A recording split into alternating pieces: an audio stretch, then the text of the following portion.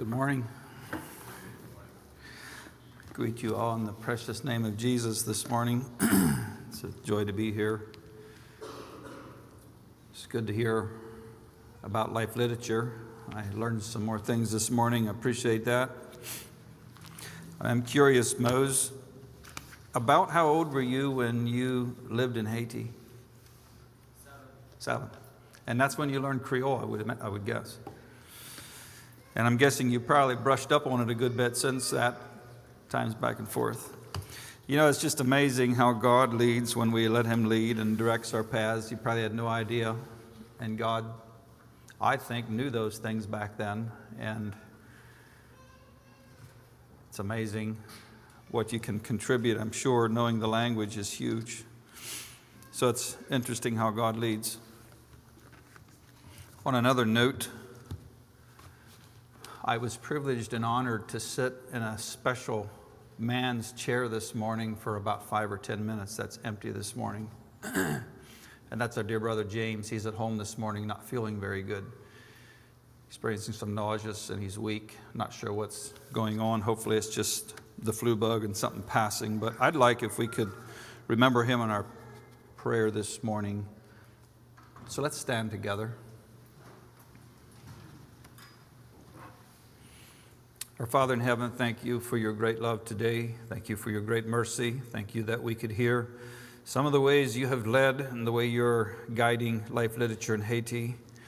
Your word, your truth, your message in many ways to get out into the hands of pastors, to get in the hands of people across the country of Haiti. And we ask you to bless that ministry, bless the pastors who labor.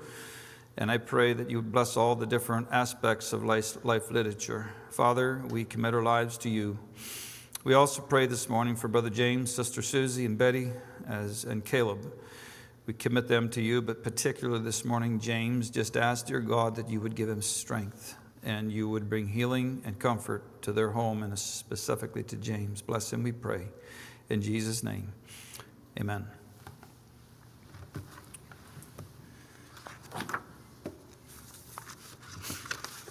I would like to just comment about the song that we sang. I guess it's going to be the special song of the month. O Father, lead us gently by thy hand through sun and shadow of the future land. Dim, untraveled lies the way before. O Father, lead us evermore. When we would falter or when we would stray, O Father, lead us all along our way. Help us to ever closer walk with thee through ways of darkness where we cannot see. That was fitting for the subject at hand. I wrestled with God a bit. I have actually been wrestling with God a bit over the last year or two, maybe even 3, on a subject that I would have loved if another brother would tackle. And I wrestled with God some the last couple of weeks. And I told God I'm willing to talk about a subject that I think is close to the heart of God, a subject that is big. And it's the subject of the home. I think I probably alluded to it from time to time over the past year or two. I'm not sure how much I made that known, but nonetheless, I believe it's a big subject. And part of the reason why it's a bit difficult is because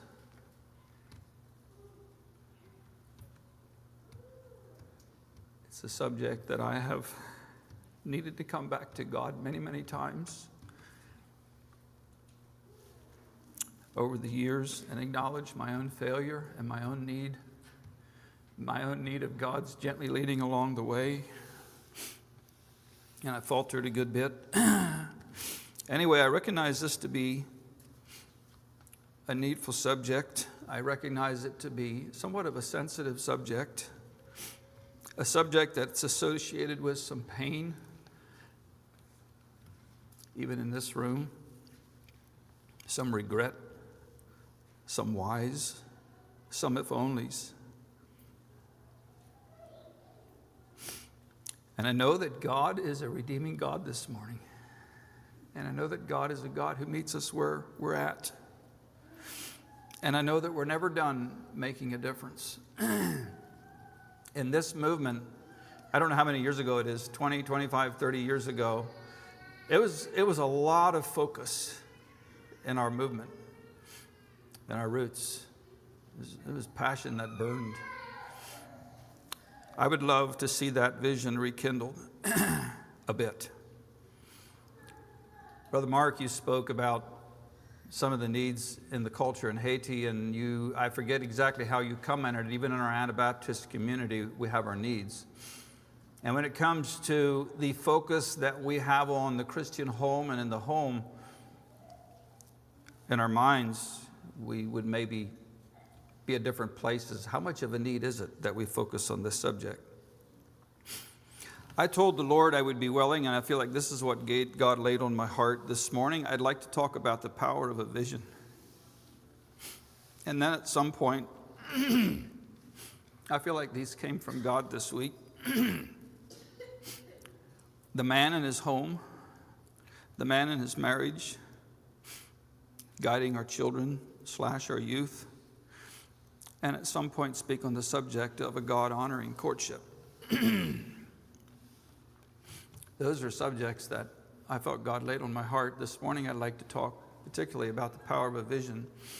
One of the things I'm going to ask you to do, I'd like you to have a paper and a pencil handy to take some notes. I spoke to our ministry brothers about this, and it's probably 2 or 3 years ago. How many of you were not, as families, regulars here, down at the Tel High meetings we had 2 or 3 years ago, I'm going to suggest, when we sat in a big circle and we just simply talked about home life? How many of you were not there? A number of you, but quite a few of you were. I appreciated that a lot, and I want you to know this morning the subject of home, guiding children, teenagers, and all of that is a big subject that I don't have all the answers for. But I do appreciate when we can sit in a circle and talk. And my vision would be, at some point in this journey, we could do that again. And so as I share some things, I'd appreciate if you'd write it down, because I will welcome your feedback. I may say some things, of my opinion, that you would feel are overstated. Some of you will probably feel they're understated. That's just how life works. But I would like you to know, if I say things too strong or too harsh or too whatever, I'm open. I would really like to hear your feedback. I would. I believe this subject is a subject that is very near to the heart of God, and I believe it's very essential. I believe it is. And I would love to see a bit of a revival of the vision and the focus of the home. You know, one of the concerns I have, I believe the world puts an incredible amount of pressure on our homes to enculturate its culture, which is a worldly culture, into our homes. And I believe a rekindled vision of the work of God in our homes is the answer. A big part of the answer. Which will we have? What will our church look like in 5 or 10 years? I believe the focus and the intentionality that we as fathers and mothers put on the value of our homes is going to have a huge difference where we are in the years to come. Proverbs 1:8-9 says, "My son, hear your father's instruction. Hear the instructions of thy father, and forsake not the law of thy mother. For they shall be an ornament of grace about thy head, and chains about thy neck." It gives a beautiful picture of the outworking of God doing beautiful things in our families. And I believe that is the passion of God. That is the heartbeat of God. And may it be our heartbeat this morning. Now, I'm going to share a familiar verse with you, and I'm just going to give you my opinion of this verse. As simple as I can. Proverbs 22:6 is a scripture that we're very familiar with. It says, train up a child in the way he shall go, and when he is old, he will not depart from it. Some people would take this verse to, if you want to call it an extreme, stating that when a parent does everything right, it's a guarantee that that child will not stray. I don't think I would take it that far. I believe a child can grow up in a fairly strong, perfect environment, and that child will still need to make its choice and its decision, whether it will follow Jesus Christ or whether it will not. But I would also like to encourage us and portray to us this morning that this is a verse for moms and dads to get a hold of by faith and say it, by the grace of God, I believe it. And I'm going to embrace it. And I'm going to put the intentionality into it. I'm going to claim it. And I'm going to walk by faith. I would encourage us to look at it that way this morning. Now, the home has a lot of moving parts. And this is a bit of an introduction to the entire subject of the home, this illustration that I'm going to use. Maybe it's not just a real fitting illustration, I don't know. I actually have two illustrations I want to use this morning on this subject. But this morning, as I told you, I would like to talk primarily, and it's what I titled the message, The Power of a Vision. And I'd like to talk eventually about the power of the vision. But this illustration that I'd like to give to us this morning kind of encompasses the whole subject of the home. When I was at home in, I think it was 1975 or 1976, I was 6 years old, somewhere between the range of 5 and 7 years old. I can still remember standing in the front yard, and down the road comes the excavator. Believe it or not, it was my wife's father coming to our home, and I was one excited little lad. My dad, in 1975-ish, I'm going to say it that way, built one of the first high-rise chicken houses in Lancaster County. How many of you have never been in a high-rise chicken house? A few of you. I haven't been in any of the latest ones. Now they build them, I don't know how many 100,000 birds they put in it, but my dad's was one of the first one. It was 15,000 chickens in this chicken house. And it was the oohs and the ahs of Lancaster County. It was huge. And about a year or two later, he built his second chicken house, which was double the size of 30,000 chickens.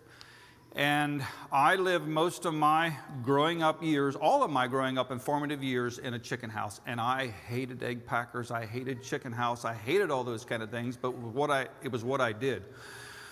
Well, that's not really the point. One of my points that I would like to make about my dad's endeavor with his chicken house, my dad, and he's dead and gone today, and I look back and I have more and more respect for my dad the older I get, but one of the things that my dad did, he was, every Saturday night we knew he would be out there in the chicken house cleaning the egg packer, cleaning the egg room. The week was not over until things were spick and span in that egg room. My dad cared for that chicken house, and I don't know when it was when that was all over and he remodeled it into something different, but I know my dad's chicken house was one of the longer ones around with the original equipment in it because of the care my dad took of it. Now, I'm still not getting to my point. I have many, many memories of my dad out there between the two chicken houses fixing electric motors. A modern-day high-rise chicken house is full of electric motors. I did the mathematics this morning a little bit, and I'm going to suggest one of those houses alone probably had about 65 electric motors that kept the whole system operating.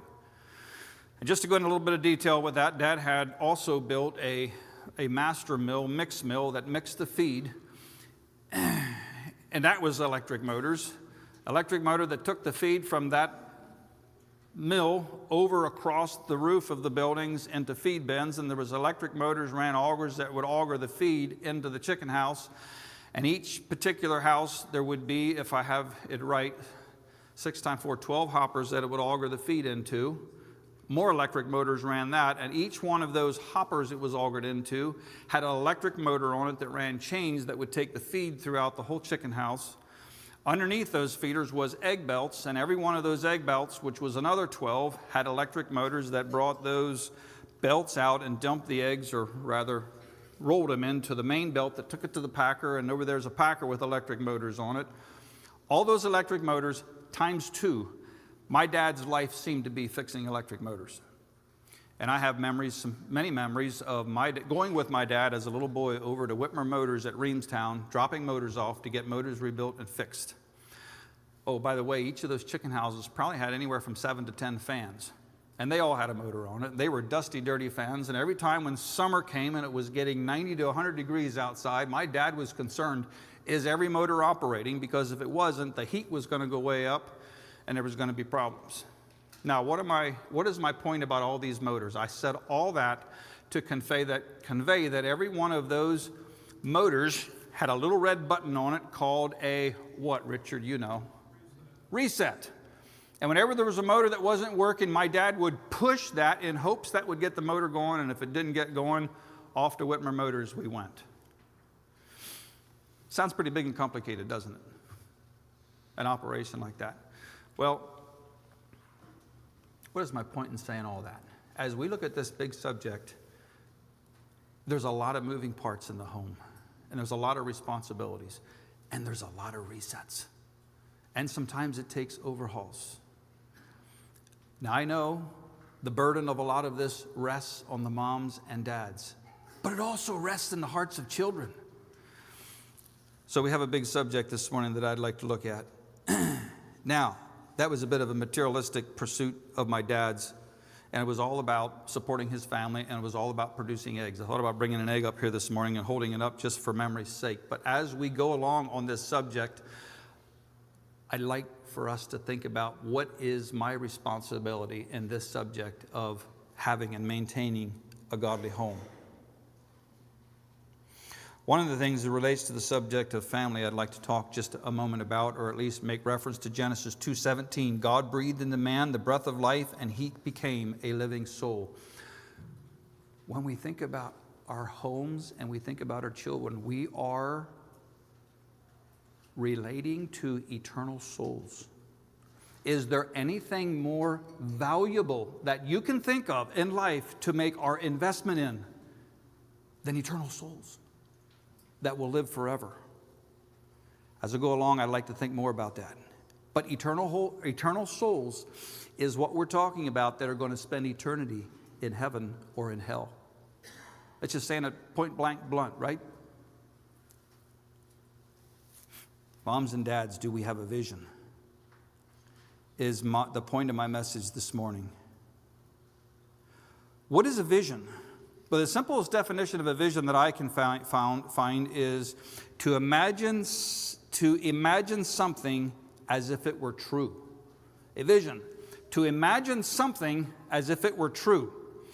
Now, the primary verse when we think of having a vision is Proverbs 29:18, which is a verse that we're all familiar with. Where there is no vision, the people perish, but he that keepeth the law, happy is he. I found it interesting, most of the translations say where there is no vision, people are unrestrained. As parents, do we have a vision this morning? Another question that we could raise this morning is, how is a vision birthed? How does a vision get birthed?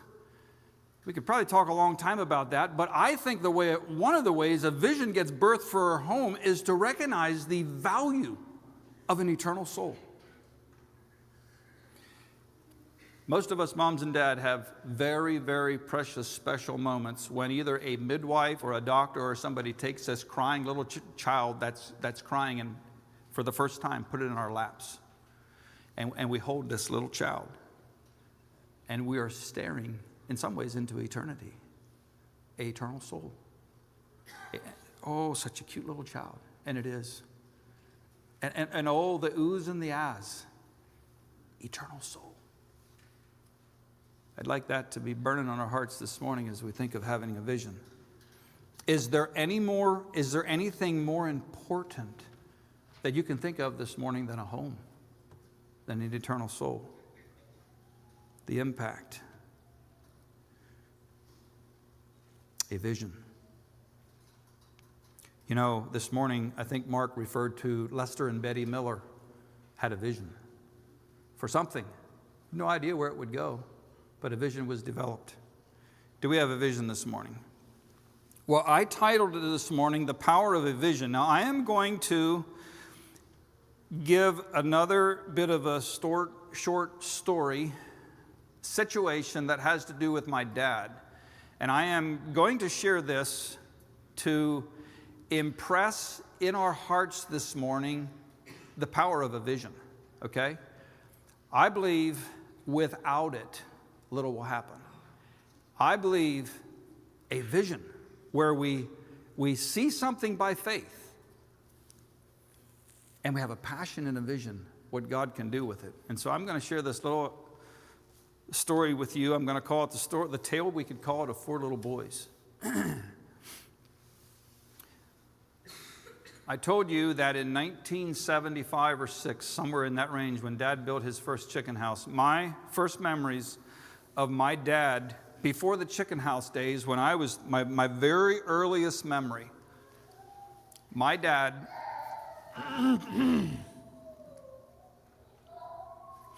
was a truck driver. He drove truck for Poor Ball Grain. Does anybody remember Poor Ball Grain in this room? It later became McGeary Grain. My dad had an old green Brockway. Does anybody remember the Brockway era? A few of you. He had an old green Brockway with a dump trailer sitting out in our parking lot. And he hauled grain. And that's what he did. We had a neighbor man that lived a half a mile up the road who was my dad's friend, and he did the exact same thing. And we little boys, growing up, I'd sit there beside my dad, and it's what we did. I was number 3 of 4 little boys, and I had one younger brother behind me who was right under me, and then there was 2 girls, and then there was another boy. That all came on the scene later. My earliest memory was us 4 little boys and my dad. One of my older brothers especially, he was the influencer. How many of you this morning are the oldest in your family? Okay, dads, put your hands down. How many boys are the oldest? You have incredible impact and power. I'm just being honest with you. Because us 4 little boys, we all looked up to Big Brother. And Big Brother, he developed a passion and a vision in his life that when he grows up, he is going to be a real truck driver. That's what he's going to be. Did that affect the other 3 little boys right below him? What do you all think? He lived it. He dreamed it. I guess he was a dreamer. He had his ideas. He knew what it was going to be like. He knew the style of truck. Of course, it was a Peterbilt. He knew the dump trailer. He knew everything. He fed that into us 4 little boys. And then, of course, Dad's life went on, and he went into chicken farming. But the vision was there, the passion was there, and the burden was there. Now, I want to tell you something else. This whole thing of a vision, you know, in some ways, I portray a picture to you this morning that the home is this, oh, wow, it's this big thing. It's overwhelming. It's really actually pretty simple. It's really actually pretty simple of getting a hold of the grace of God and His principles in the Bible and simply living it out with a passion and having a heart for it. Us brothers got it. I want to tell you something else about us brothers. We all were graduates. I jokingly say Corncob College. It wasn't Corncob College. It was West Stevens School over here on, I think it's Line Road. And I probably told some of you before this already. Some of you know it. Some of it I probably just exposed from who I am. But my education was absolutely horrible. My brother's was worse. He graduated, one of my brothers, and could just about hardly read. In fact, he couldn't. And writing. My education wasn't quite that bad. Here's my point. We had a vision. Okay, some of you aren't going to understand this language. And by the way, what I'm sharing here, I'm not necessarily condoning all this. It's just kind of a moot point. It's all about the power of a vision. How many of you know what 717 trucks are? Quite a few hands go up. Some of you are totally oblivious. You won't go very far, even out of the county, and you'll see people walking with 717 shirts, okay? Most of you that raise your hands, you can tell what a 717 truck is. Well, us boys, that's what we lived, that's what we dreamed it. One of my brothers, and he's actually the brother that he amazes me the most, his education was a struggle just like my education was, but he amazes me. And this is a mute point as far as whether, I'm just giving this as an example, the power of a vision, but there are 717 trucks driving up and down the interstates and the roads around here, that on the back of it says, built by, and then his name. And then his name. It was a vision. It was a passion of our hearts growing up. We lived it. We dreamed it. It was our life. And it came to be. Now that I told you all of that, I do need to tell you this. I picked my old Bible off the shelf that my mother gave me. I think when I was baptized, I had it rebound once, and some of the pages are getting that bad and torn out. I eventually got another Bible. But this is the Bible that I used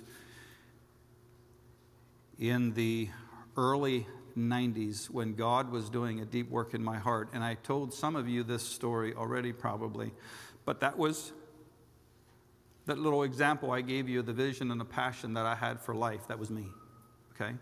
That was the journey I was on. And my point isn't whether that is right or wrong, and no criticism toward my brothers, but it's the journey of faith that God took me on. In this Bible, and I recommend you youth doing this from time to time, but this is the Bible that I have a lot of stakes in. And I'm going to look at one of those stakes this morning. I have it dated June 28th, 1994, 7:55 a.m. in the morning. And I have a few notes that are personal to me next to it. I had a little boy. He was 2 years old. And my wife was due in 2 months with our daughter. I remember the day. I was up at Lebanon making a delivery. And I stood beside my vanity. I don't know that I heard an audible voice. Vanity of vanities. I made it up 343 by your place, Mose, to Route 22, and I made a right turn. And there was a pull-off there, and that was as far as I made it.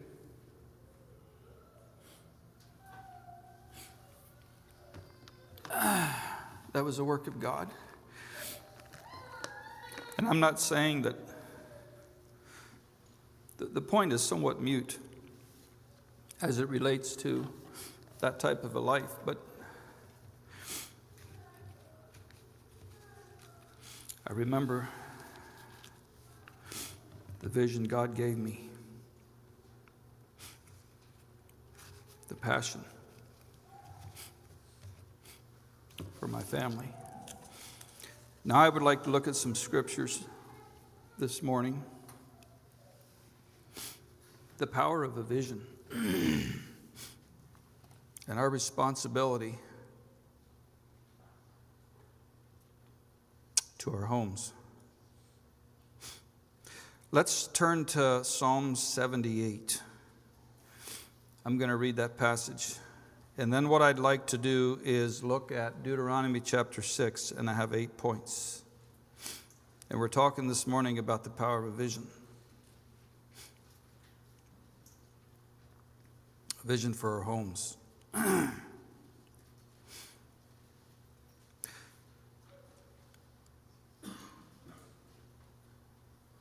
Psalm 78. I think I'm just going to read 8 verses here. Give ear, O my people, to my law. Incline your ears to the words of my mouth. I will open my mouth in a parable. I will utter dark sayings of old, which we have heard and known, and our fathers have told us. We will not hide them from their children, showing to the generation to come the praises of the Lord and his strength and his wonderful works which he hath done.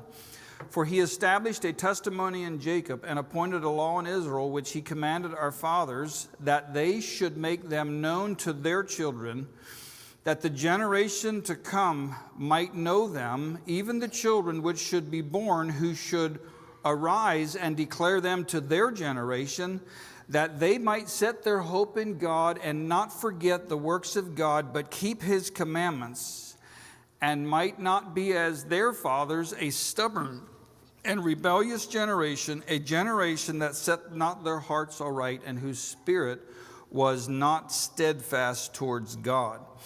So I read that passage of Scripture to point out to us the responsibility, and that is a lot of what I want to talk about as we think about a vision this morning, and to impress it in our hearts this morning, the responsibility that we have as parents, passing on the faith to our children, passing on our faith to the next generation. Now I'd like if we would turn to Deuteronomy chapter 6. And I think I'm going to go ahead and read this entire chapter. It's a bit long. And then, like I said, I would like to look at approximately, I think it's 8 different points related to this subject. The power of a vision. Deuteronomy 6, 1 through 1 to the end. Now these are the commandments and statutes and judgments which the Lord your God commanded to teach you, that ye might do them in the land whither you go to possess, that thou mightest fear the Lord thy God, to keep his statutes and his commandments which I command thee, thou and thy son and thy son's son, all the days of thy life, that thy days may be prolonged. Hear, O Israel, observe and do it, that it may be well with thee, and that thou may increase mightily, as the Lord God of thy fathers has promised thee, in the land that flows with milk and honey. Hear, O Israel, the Lord our God is one Lord, and thou shalt love the Lord thy God with all thy heart, with all thy soul, with all thy might. And these words which I command thee this day shall be in thine heart. And thou shalt teach them diligently to thy children, and shalt talk of them when thou sittest in thine house, and when thou walkest by the way, and when thou liest down, and when thou risest up. And thou shalt bind them for a sign upon thy hand, and they shall be as frontlets between thine eyes. And thou shalt write them upon the posts of thy house and on thy gates. And it shall be, when the Lord thy God shall have brought thee into the land which he sware unto thy fathers, to Abraham, to Isaac, and to Jacob, to give thee great and goodly cities which thou buildest not, and houses full of all good things which thou fillest not, and wells digged which thou diggest not, vineyards and olive trees which thou plantest not. When thou shalt have eaten and art full, then beware lest thou forget the Lord, which brought thee forth out of the land of Egypt from the house of bondage. Thou shalt fear the Lord thy God, and serve him, and swear by his name. Ye shall not go after other gods, the gods of the peoples which are round about you, for the Lord thy God is a jealous God among you, lest the anger of the Lord be kindled against thee, and destroy thee from the face of the earth. Ye shall not tempt the Lord your God, as ye tempted him in Massah. Ye shall diligently keep the commandments of the Lord your God, and his testimonies and his statutes which he commanded thee. And thou shalt do that which is right and good in the sight of the Lord, that it may be well with thee, and thou mayest go in and possess the good land which the Lord sware unto your fathers, to cast out all thine enemies from before thee, as the Lord hath spoken. And when thy son ask thee in time to come, saying, What meaneth these testimonies and statutes and judgments which the Lord our God hath commanded you? Then thou shalt say unto thy son, We were Pharaoh's bondmen in Egypt, and the Lord brought us out of Egypt with a mighty hand. And the Lord showed signs and wonders great and sore upon Egypt, upon Pharaoh, and upon all his household before our eyes. And he brought us out from thence, that he might bring us into the land which he sware unto our fathers. And the Lord commanded us to do all these statutes, and to fear the Lord our God for our good always, that he might preserve us alive as it is this day.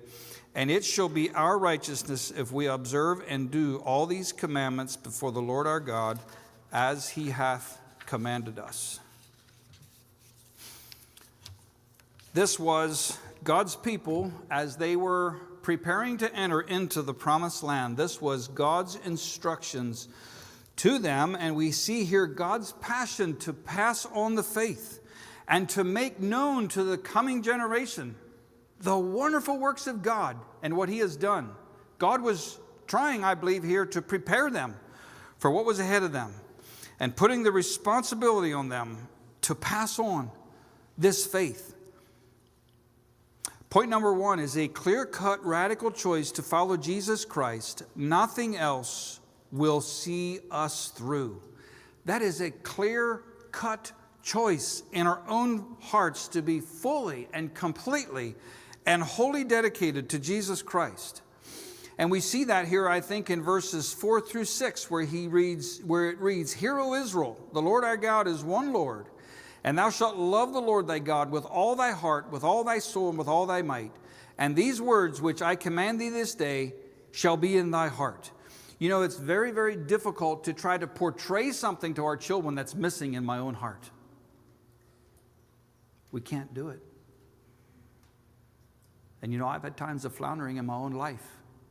My history of raising a family, but you know, we can't hide it. Our children can detect it, whether we are fully devoted or fully committed to Christ, whether we are taking up our cross daily and following Jesus. A wholehearted commitment with Jesus Christ, nothing else will do.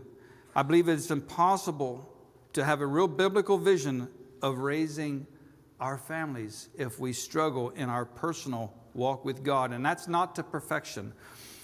But this is to pass on a wholehearted commitment to Christ. And I believe that is point number one that I'd just like to allude to this morning.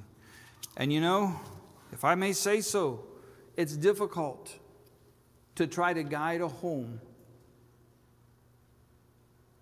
if we have secrets in our life. Where are we at this morning as fathers? Are we fully devoted to Christ? Are we living in freedom?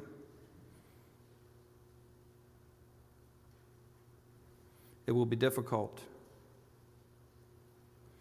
And you know, this morning I'm not just focusing on fathers and mothers, even though that's where my heart and my passion is, our homes. But you know, we all have a personal choice to be committed to Christ. And even young people, if things are far from perfect in your home, and my young people would testify that things were far from perfect in my home. I had many needs. But for young people to rise up by faith, despite the errors and the failures fathers like me make, to make the personal choice to follow Christ. That's why I talk about all the moving facets and parts of a chicken house that I grew up with. Homes just are that way. But even though parents fail, young people, you can rise up by faith and get a hold of grace and get a hold of God. Moses is an incredible example. In fact, when I talk about the man in his home, I want to talk a good bit about Moses. Moses is one of my heroes in life. Keep your finger in Hebrews, in Deuteronomy, but turn to Hebrews. And I'd just like to read a number of verses about Moses. Moses exemplifies this in a beautiful way. And by the way, Moses had a far from ideal upbringing himself. But Moses stands out to me as an incredible leader, an example for fathers, which I'm not going to go into details with that this time, but I'd like to at some point. What an incredible example of Moses. And why was Moses able to be the leader he was? And it's interesting, if I can just go down that vein a little bit. Moses tried to lead, and he failed terribly. And God put him into the wilderness to tend sheep for 40 years. And Moses came an incredible, humble leader. He was. But Moses had a foundation.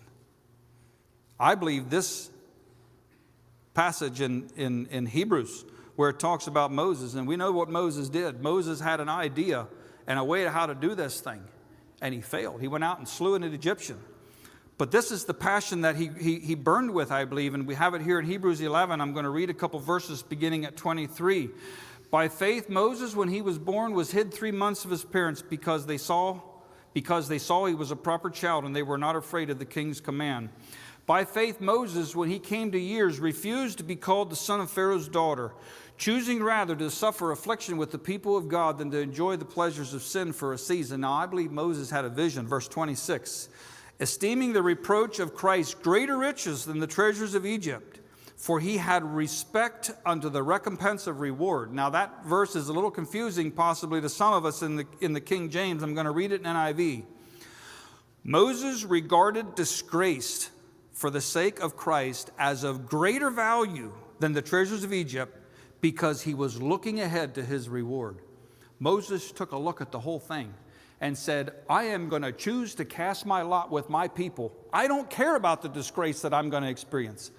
I'm looking at something far greater.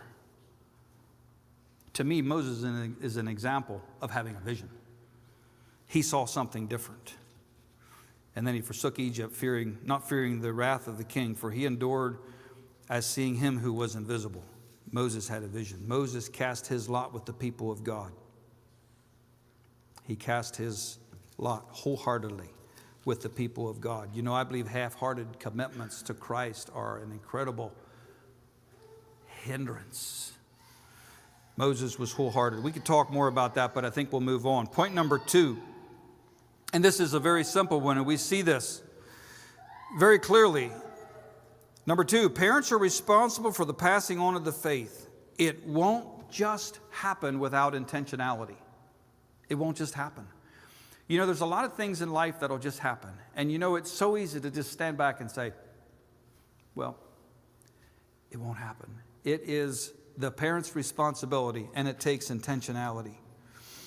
You don't need to turn here, but I'll just read 2 Timothy 1:5. It says, when I call to remembrance the unfeigned faith that is in thee, which dwelt first in grandmother Lois and in my mother Eunice, and I am persuaded in thee also. We see the generation of the passing on of the faith.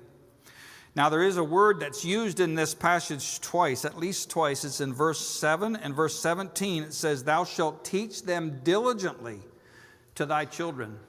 In I think it's 2 Peter. I get it mixed up if it's 1 Peter or 2 Peter, where it talks about, if ye do these things, ye shall never fall. That is my persuasion of that is the eternal security that we can get a hold of, and it's not unconditional.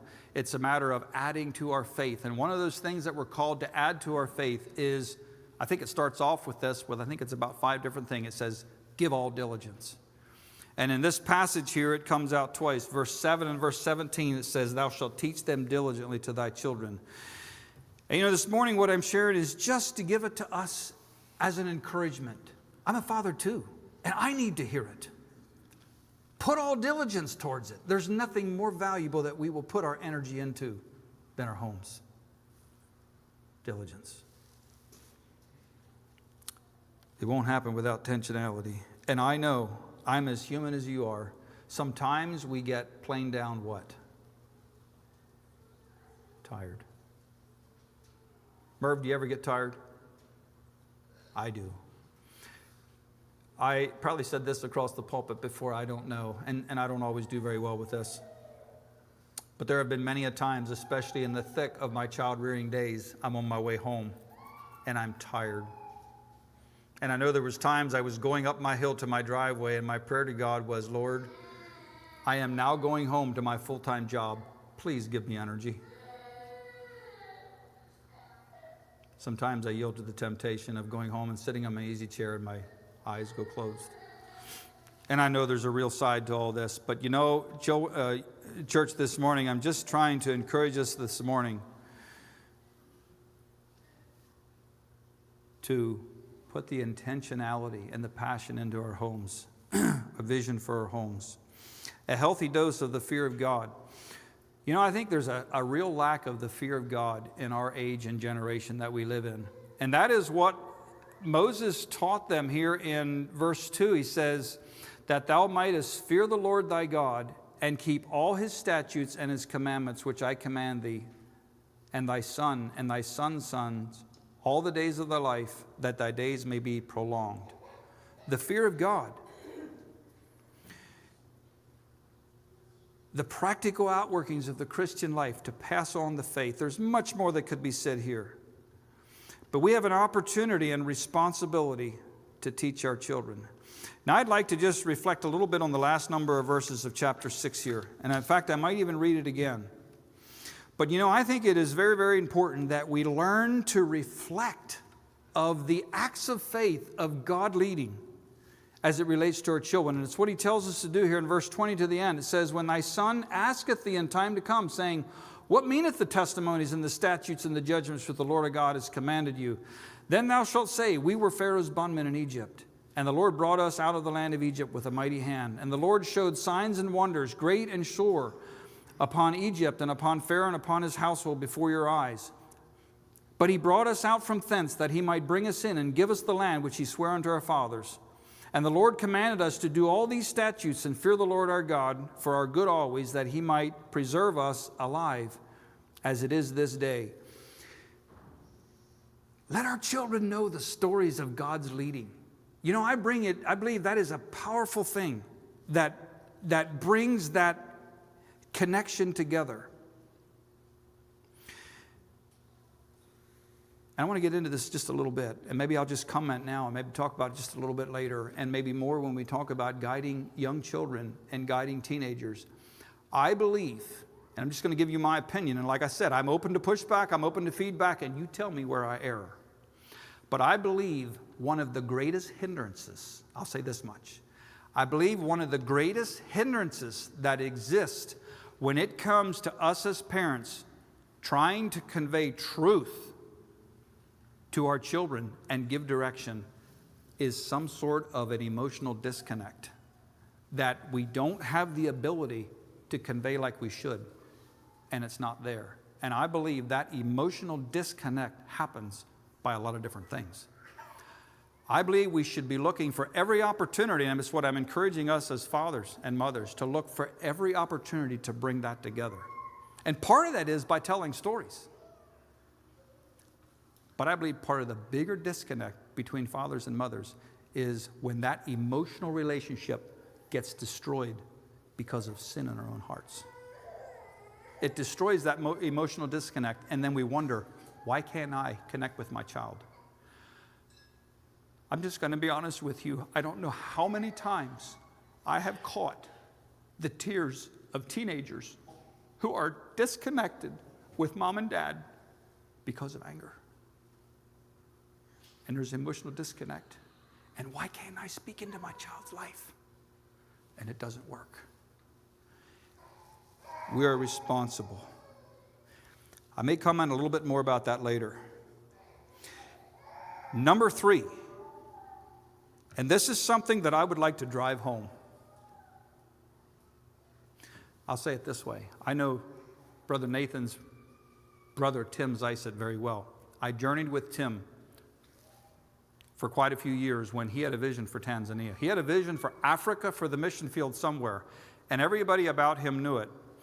I'm going to go down a little bit of a different side note. Have you all heard the story of the little boy who somebody asked him what he wants to be when he grows up? And he said, I want to be a returned missionary. Have you ever heard that one? Little boy, what do you want to be when you grow up? I want to be a returned missionary. Why does he want to be a returned missionary? Somebody tell me. Yuri. The glory without the work. The glory.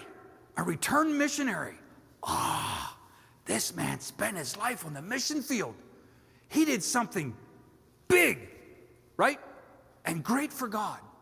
And how many of you this morning, when Brother Mark had up here on the screen, Lester, what's Lester Miller's wife's name? I forget. Betty. Lester and Betty Miller. How many of you went,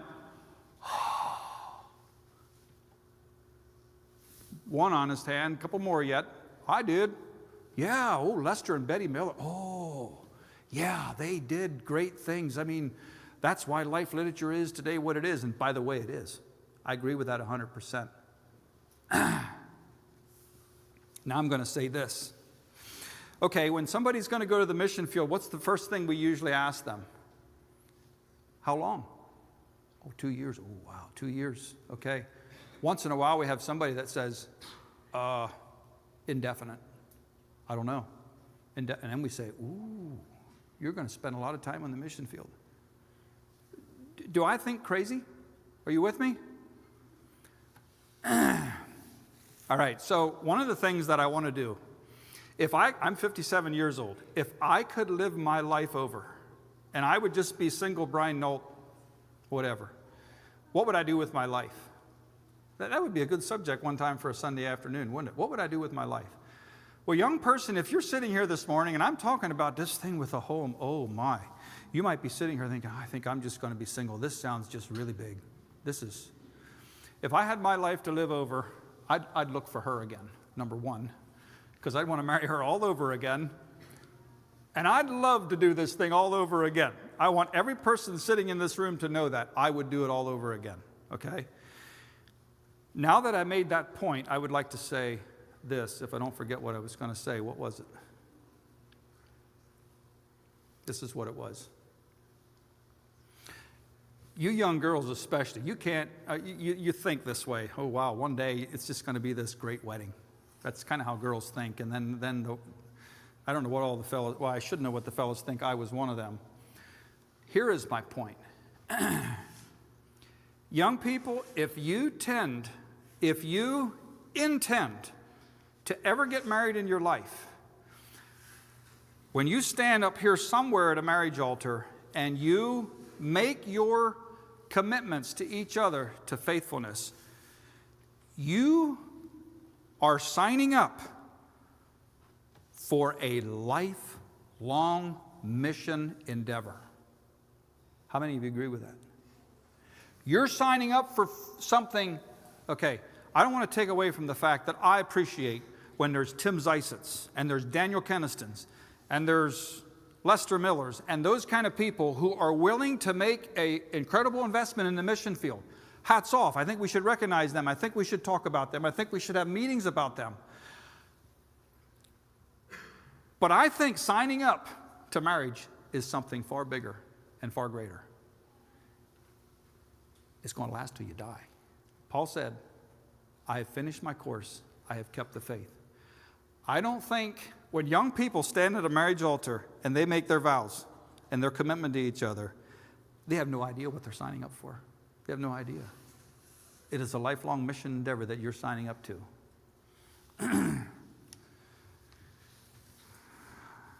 I believe that with all my heart. I'd like to talk just a little bit more about that. One of the things that I'd like for us to be thinking about as it relates to this subject is when we are guiding these precious, cute little children, one of the things that should burn on the heart of every father and mother, and you can forget a lot of what I say this morning. I don't want you ever to forget this one, especially young couples and single people. When you are guiding these precious little children, one thought that I think should burn in our hearts, when we're holding this little 2-year-old, we're guiding, and we come to a discipline issue and we're not sure what we should do, all those kind of things, or whether we're just having this sweet little whatever it is with our children. One thing that should, I think, continuously burn in our heart, one day, her name's Phoebe, right? This little Phoebe that you're holding is going to stand at a fork in the road when the voice of God is calling and the world is calling and some of the teenage confusion sets in. Which way I'm going to go? What am I going to do with my life? Which way will I turn? Moms and dads, you want every bit of that emotional connection you can possibly have to guide that child to make the right decision. That is something that I think is so important that we never forget. Now, I'd like to just talk a little bit about this. I am 57. My wife is nodding yes. And my job in my home is almost done. And this is how I would like to think. And by the way, please don't look at me as this, okay, so Brian Nolt's up here telling us how to do it. He has it figured out. I don't. But by the grace of God, I do have a vision, okay? My job in my home is almost done. But my job is far from over.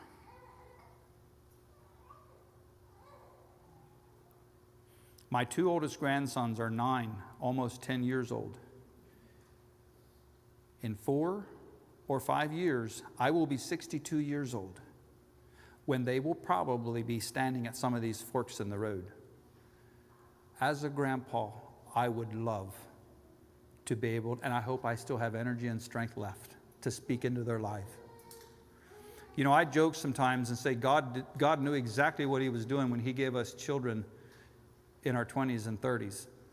And I think God did know what he was doing when he gave us children in our 20s and 30s when we had energy. But I hope by the grace of God, as my energy wanes, I'll still have health and strength to encourage my grandchildren to go the right direction. Now I'm going to tell you a story that's a little bit funny, but has a serious side to it. We were sitting down. Let me say this. I consider, my dad is gone. 4 years ago, I think, 4 or 5 years ago, my dad is gone. My mother still lives, and she's a healthy, amazing lady. The older I get, the more I recognize how blessed I have been through life to have a godly mother. Incredible. We go on 2 family get-togethers a year as a family. One of them is in June. We get our whole family together. And we have learned when we're together, one of the huge blessings is to invite my mom along. And then in the fall, over Thanksgiving, we have our second family get-together. And we've learned to make it a tradition that whenever we get together to have my mother along is a huge blessing. My mother is 82 or 3. My wife's head is nodding. My mother has grandchildren today. I'm sorry, my mother has great-grandchildren today that are teenagers. And they're standing at that fork in the road. And they need to choose. And the fact that those great-grandchildren have a grandmother that can tell the stories of her life and be a godly influence is powerful. Now, I don't have any grandchildren of my own yet that are at that age, but I soon will. But as a result of my older brothers in their homes, they have teenagers, I think, that are great-grandchildren of my mother's. And my mother can speak into her life. And I'm going to tell you the funny story I started on. We were down in West Virginia probably a year ago maybe. I don't know how long it was. Time flies. And Leonard's took us out to an ice cream shop. And we were sitting there out back eating. And by the way, my mother was along. We took my mother along down to see him. And we're sitting back there eating ice cream, and my mother is telling my grandchildren, her great-grandchildren, stories of life. I'm talking about this bond, this emotional connection that we need to convey truth. Parents, you need it. Look for ways to establish it. My mother did an incredible job. She was telling stories. And we're sitting there licking our ice cream. And Bryson made one of the cutest comments that I ever heard him make. He said, you know, Grandma, great-grandma, I wish I could get my wife to say it. You know, I'm a little sad that I didn't get to know you sooner. It gave us a good laugh. What was really being said in that statement? He had his little heart all wrapped around Grandma, and Grandma's big heart wrapped all around his heart. And there were stories to tell, and there's that bond. And I say, yeah, I have a goodly heritage. What is my point? A vision. What do we have a vision for this morning? I'm going to need to close and go over this very, very rapidly. You as parents are the ones called to make a difference. And we could talk a lot about that. We're called to make a difference. Moses, and I made this comment, was driven into the wilderness, and he learned to be a shepherd. It's an art to be learned. We could talk a lot about that. Point number 6, and this is nothing new to us this morning, but one of the things that I think is good for us to recognize as we go through life, as we think of having a vision, and that is the enemy of our soul will do everything in his power to destroy our home. Now, we don't need to fear him. We just need to be aware of it. We just need to be aware of his traps. Sometimes he comes as a roaring lion, but I think in our day and age and culture, he comes as an angel of light. And he sits, not literally, on the shoulders of our teenagers and say, it doesn't matter. No, Dad, Mom, they're old-fashioned. My friends, this church over here, there's a better way. That's not important. We know Satan's tactics. And that this isn't to fear us, or cause us to fear, but to be aware. Satan wants to destroy. We're called to be the influencers. And what is my point this morning? There's nothing more important that you will invest your time in than your family. And I know, fathers, mothers, life is so busy. There's so many things to do. We're the breadwinners. We get tired. We all those kind of things. When we get to the end of life, who cares if we have a big, powerful business or we have a big, fat bank account? Make our investment in our children. At some point, we want to talk more about this, but I'm just going to brush over this. This is point number 7. And it's something that could be talked about a long time, and it's something that I think we should talk about around dinner tables in this fellowship. Our church, which is the ecclesia, which is the called out ones, which is the followers of Jesus, has a powerful, powerful influence in the lives of our children. What are we doing to have the type of called out local church life that can assist us? And that's down a bit of a different vein, but I believe it's very important. And I think that's all that I'll say on that one. And point number 8 was what I already talked about some. Why is it important? Every child will come to a fork in the road. In fact, not every child will come to a fork in the road. They will come to a fork in the road where they need to choose. But isn't that what the Christian life is like? We come to many forks in the road. It's not just making an initial choice that, yes, I will follow Jesus. Although that is big and it's huge, and if that hasn't happened, it must happen. But the Christian life is a life of learning to choose to walk the narrow way. And that broad way is always there, calling our young people to come.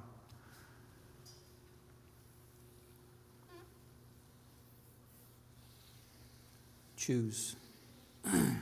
Well, I do want to wrap this up to a close. And I want to give us some hope this morning, because I know what it's like to have regrets. I know what it's like sometimes to make mistakes, or maybe it's sin, or whatever it is, that relationship is hindered. And we recognize we don't have the connection, maybe with a struggling teenager or whatever it is, to speak into the life like we ought to. And we recognize maybe it's because of our error or sin. I think what we'll do is close with this passage, and you can turn here to Hebrews 12, 1 and 2. In fact, we'll look at Hebrews 12, 1 and 2, and then possibly close with a passage in Joel. Hebrews 1 and 2 reads, Hebrews 12, 1 and 2. Wherefore, seeing also we are compassed about with so great a cloud of witnesses, let us lay aside every weight and the sin that does so easily beset us, and let us run with patience that race that is set before us, looking unto Jesus, the author and finisher of our faith, who for the joy that was set before him endured the cross, despising the shame, and is set down at the right hand of the throne of God.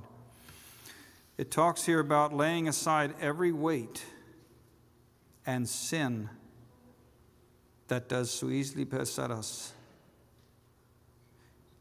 so that we can run with patience that race that is set before us. I alluded to this earlier, but I'd just like to close with this subject of, if we want to speak into the hearts of teenagers and guiding them, and we have not dealt with the weights and the sins in our life that are besetting us, we will not have the ability to speak into the lives of our struggling children. This has happened. We're already had a teenager say, I don't know what to do. The other day, I walked up on my dad, and I saw him looking at his phone. That's something my dad shouldn't have been looking at. And I don't know what to do. And then we say, I will talk to your dad. No, he'll get angry. Don't.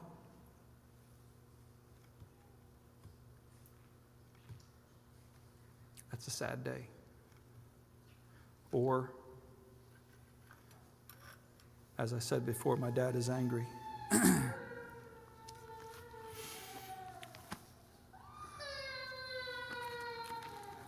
To give some hope and encouragement, in Joel it talks about the years the palmer worm has left, the locust has eaten. And that which the locust has left, the cankerworm has eaten. And that which the cankerworm hath left, has the caterpillar eaten. And then later in the passage it says, and I will restore to you the years the locust has eaten, and the cankerworm, and the caterpillar, and the palmer worm. With my great army will I send it to you, and ye shall eat plenty. And then it goes on to talk about God's redemption. I would like this morning, and that's why I said it's a bit difficult for me to speak about this subject, because I recognize it's a very sensitive situation, and some of us probably are living in the whys and in the onlys. But I'd like to give us some encouragement this morning. There are reset buttons that can be pushed, and there are electric motors that can be overhauled. And maybe I'll just close with this.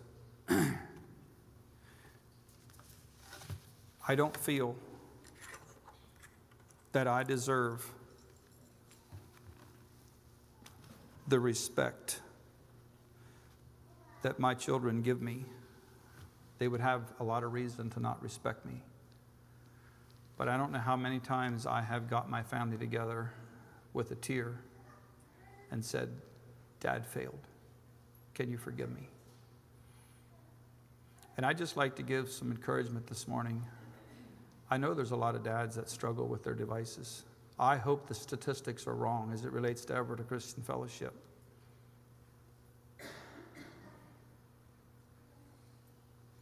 And if you are caught up and have related to your children in anger, you know you can kneel in front of your children with a tear on your cheek and say, I am sorry, I failed.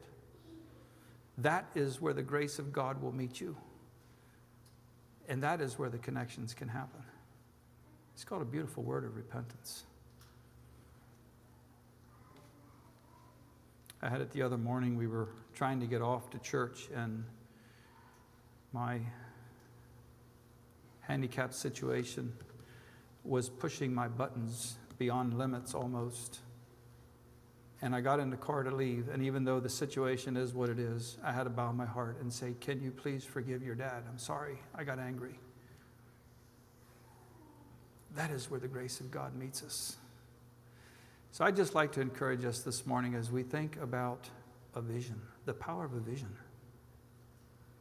This is a big, big subject on the home, and all I did this morning was scratch the surface. There's many more things to get into. But may your heart be encouraged.